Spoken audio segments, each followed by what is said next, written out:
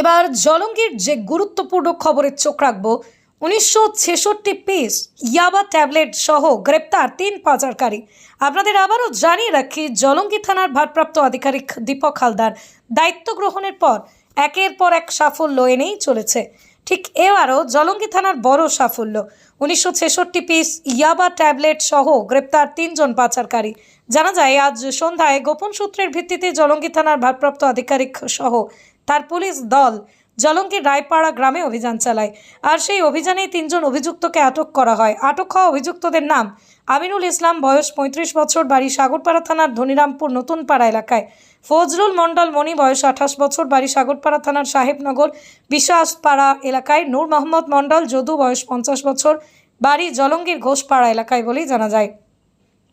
এই 3 জন অভিযুক্তদের কাছ থেকে 1966 পিস ইয়াবা ট্যাবলেট উদ্ধার করা হয় এবং তাদের সাথে একটি মোটরসাইকেলও রয়েছে। সমস্ত আইনি আনুষ্ঠানিকতা পালনের পর জব্দ তালিকার যথাযথ স্মারক অনুসারে জব্দ করা হয়েছে। তাদের আগামীকাল পুলিশ হেফাজতের আবেদন চেয়ে করে পাঠানো হবে। সূত্রে জানা যায়, ঘোষপাড়া এলাকায় নূর মোহাম্মদ মণ্ডল ওরফে যদু বেশ কিছুদিন হলো জেল থেকে বেরিয়েছে, আবারও ইয়াবা ট্যাবলেট সহ জেলে। তবে এই যে এত পরিমাণ ইয়াবা ট্যাবলেট বাংলাদেশের উদ্দেশ্যে যাচ্ছিল, কোথা থেকে আনা হচ্ছিল, কারা এর সাথে জড়িত, তার তদন্ত শুরু করেছে জলঙ্গি থানার পুলিশ। স্টোরি বাংলা।